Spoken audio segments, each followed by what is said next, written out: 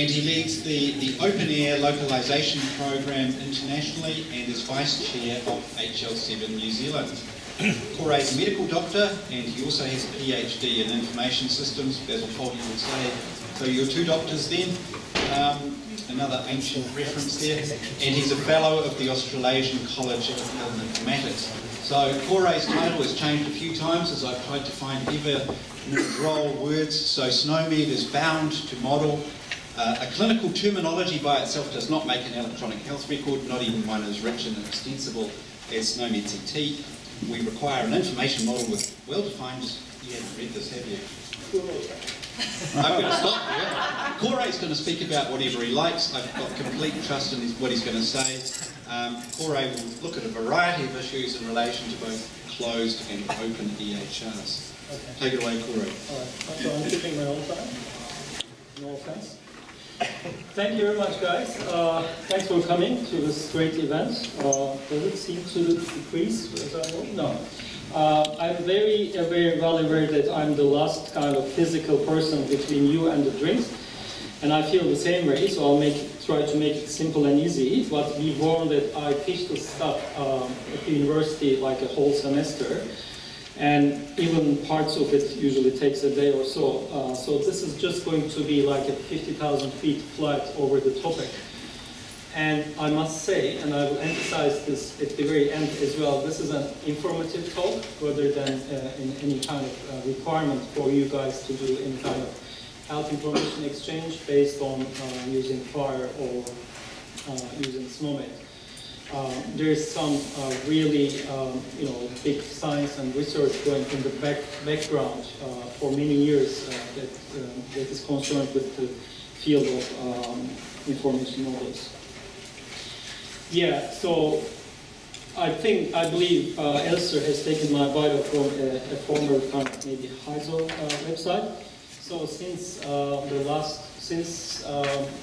December 2014, I have been elected as one of the management board members to the Open Air Foundation, which is the global foundation. So since then I have handed over my localization program duties, so I'm in the core group at the moment, and I'll just get on to it. So what on earth are the information models? Well, they are definitely not reference information models, like the bad things, all the stuff that we really hated about V3, the RIMS and other stuff, but there's also reference information models in the more technical sense in some other standards, like OpenAir, its variant 13606, and also FHIR. Believe it or not, it has an intrinsic resource ontology. It seems to not pick my voice from this angle. Okay. Well, information models do exactly what they are supposed to do. They define the information that we want to capture or represent. They are not concerned with the definition, with the formal kind of definition as do the SNOMED or other formal ontologies do from an epistemological or mathematical manner. So they are just concerned for the representation, for the electronic capture of some clinical information. So an example is a FHIR resource like patient or a condition is just a model of for capturing those concepts for storing in an electronic health record or any other system for the purpose of electronic data capture. It does not go beyond defining what those concepts really mean in the real world or in the mathematical means.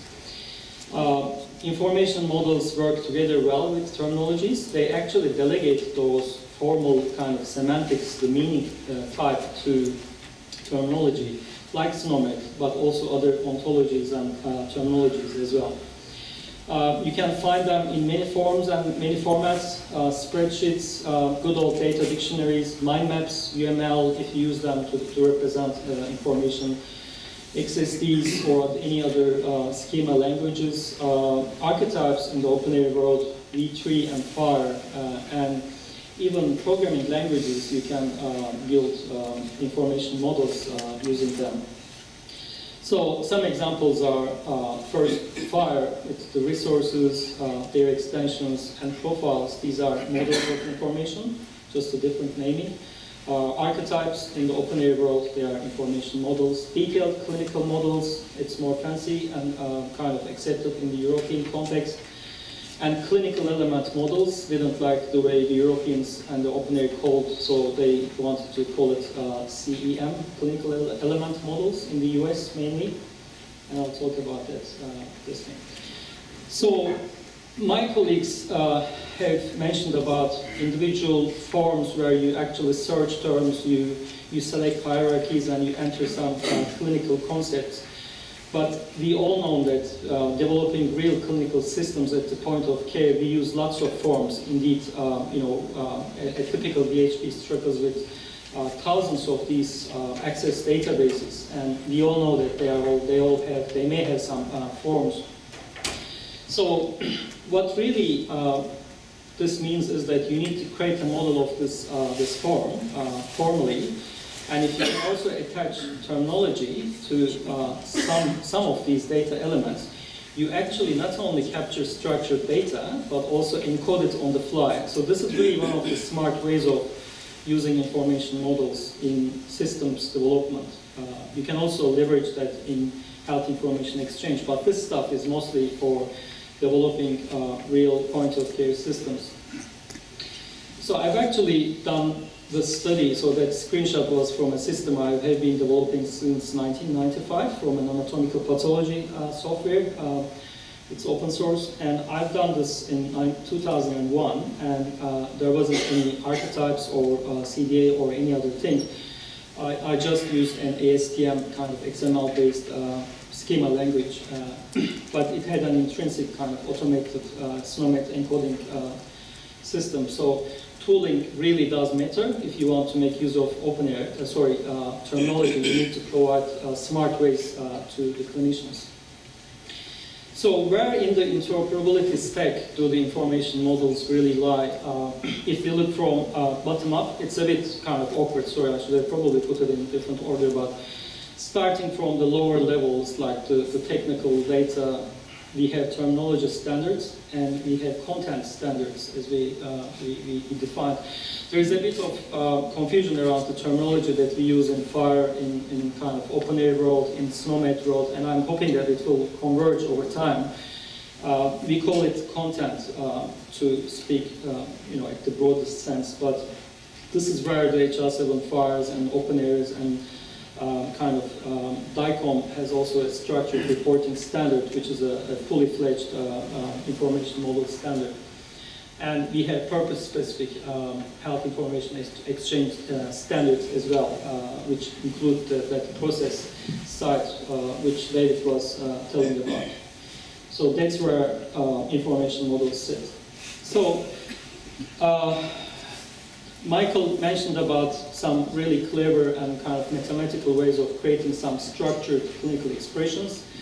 My experience is that without the use of smart tools like his, it's extremely difficult, and there are multiple ways of reaching the same expression, which may not be necessarily mean the same thing, which is kind of dangerous from a clinical safety point of view. So I believe the sensible way to do it would be to use an information model to define non-ambiguously what it is that we want to collect, and then bind terminology that makes sense to encode to that information model. And FHIR really just brings that flexibility and does that for us, for implementers especially, so that we don't have to worry about the complexity of dealing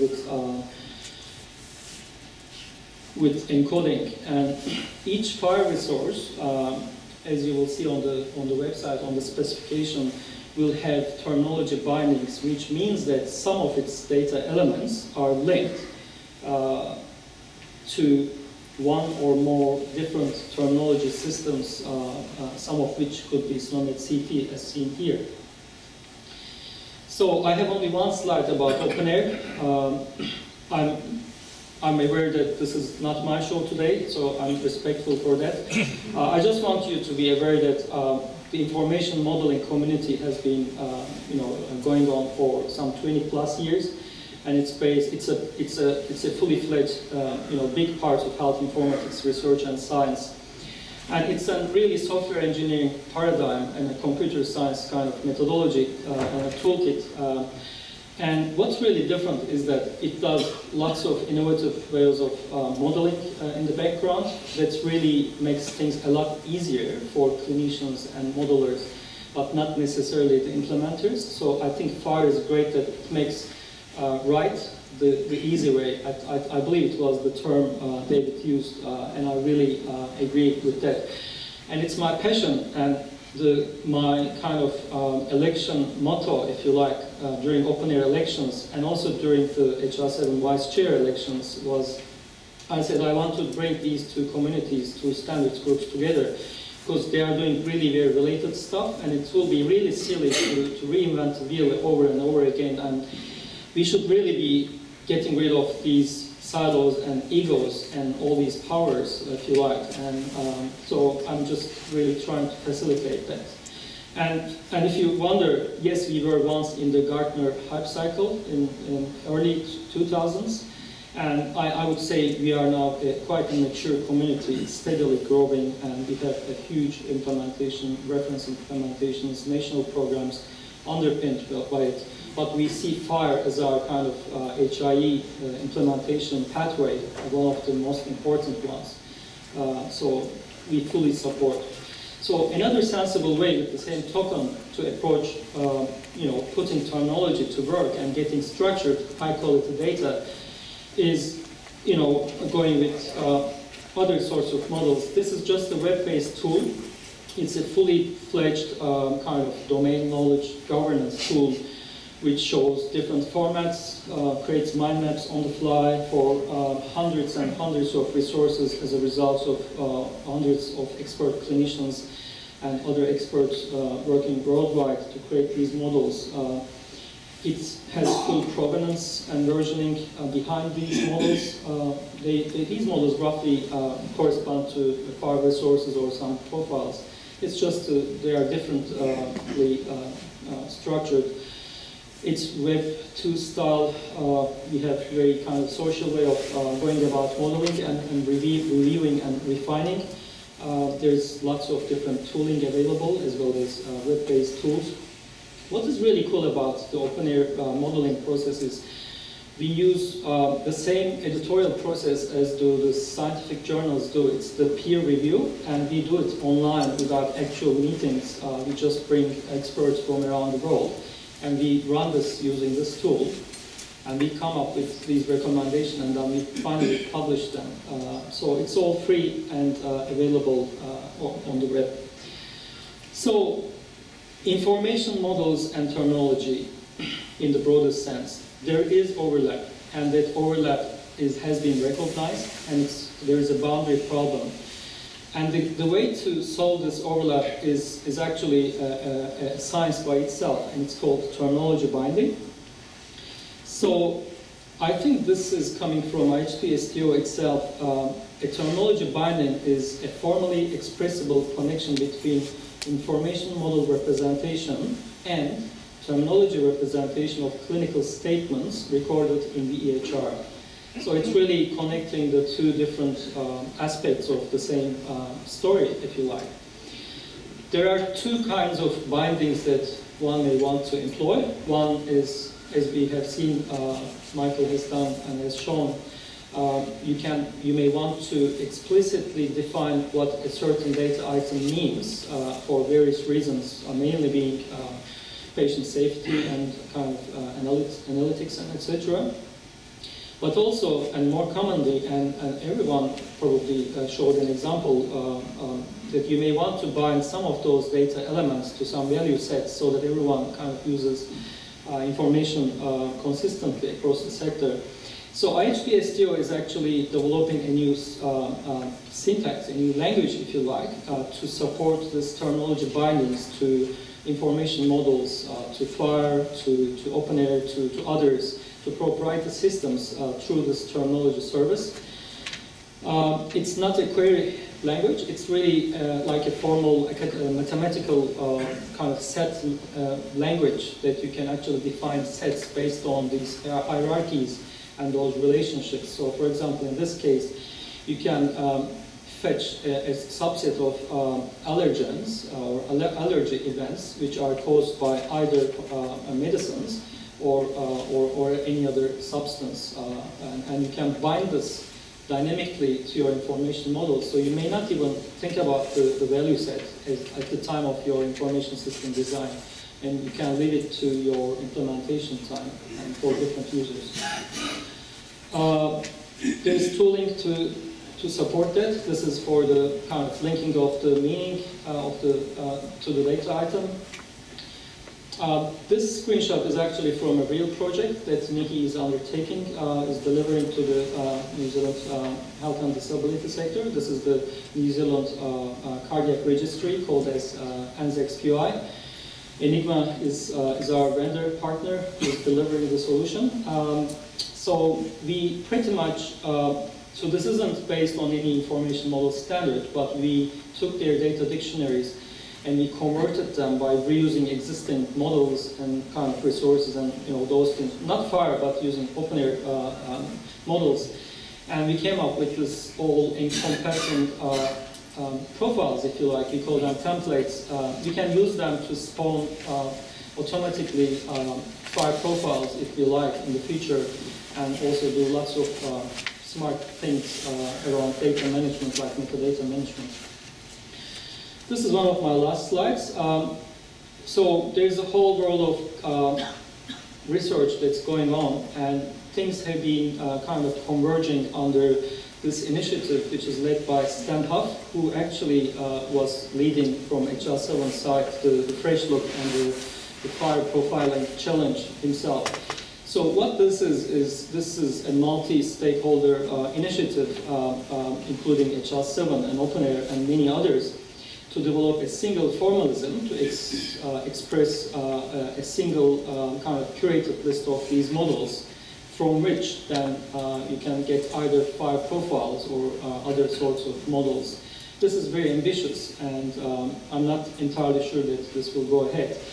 But the object management group is actually on it, and they are working on a new version of the archetype language.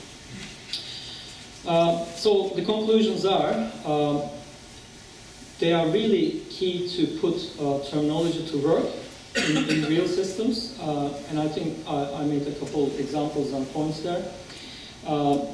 It's a lot easier for implementers to consume it this way, and there is no point in coding each and every data element in an information system, and this whole thing requires really good tooling and support and training, which I'm sure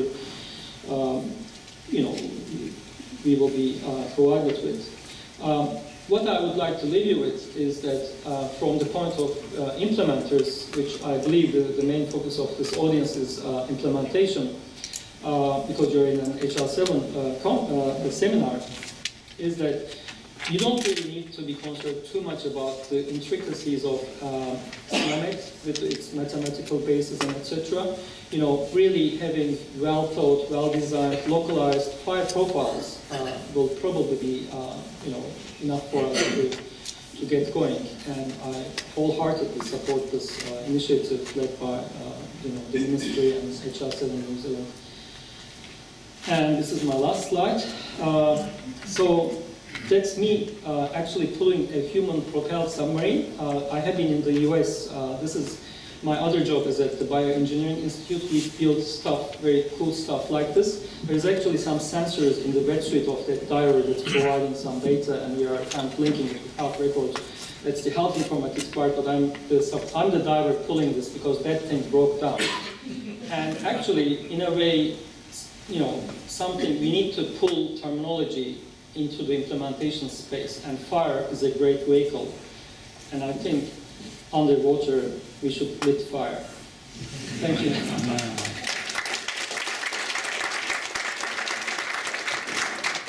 think that's a very sort of apt analogy there.